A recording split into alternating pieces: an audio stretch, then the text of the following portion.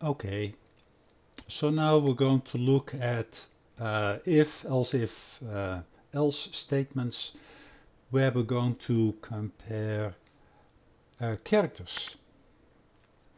And we're looking at ranges over here.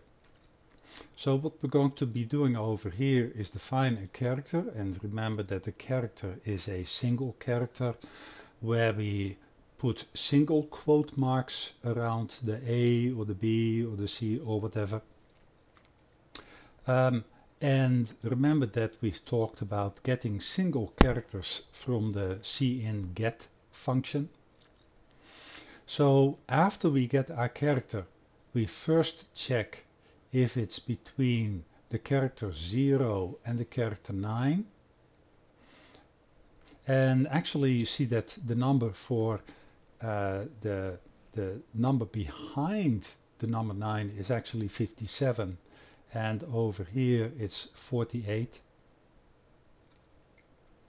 Then if it's not the case, then it checks if it's in the upper case characters A through Z, and you see that over here this is 65 and the Z is 90. If that's not the case, then we go to the else if, where it checks if it is between the lowercase a and the lowercase z.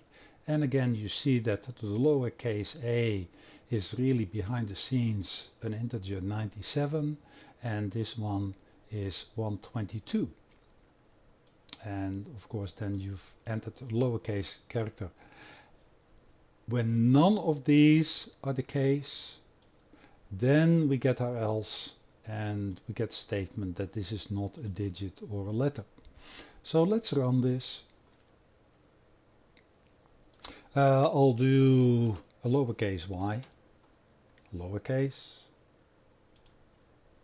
I do an uppercase y, uppercase.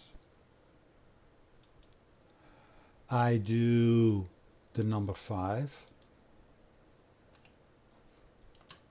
It will tell me it's a digit, and I can do a whole bunch of other things. I'm not going to do too many. I'll do over here the question mark, not a digit or a letter. I'll just do the little pipe symbol, not a digit or a letter, and just for good measure we'll just use a period, and that's not a digit or a letter either. But the point is we can compare these characters that we enter with its character or with the number behind it, and that's what we'll see in the next program.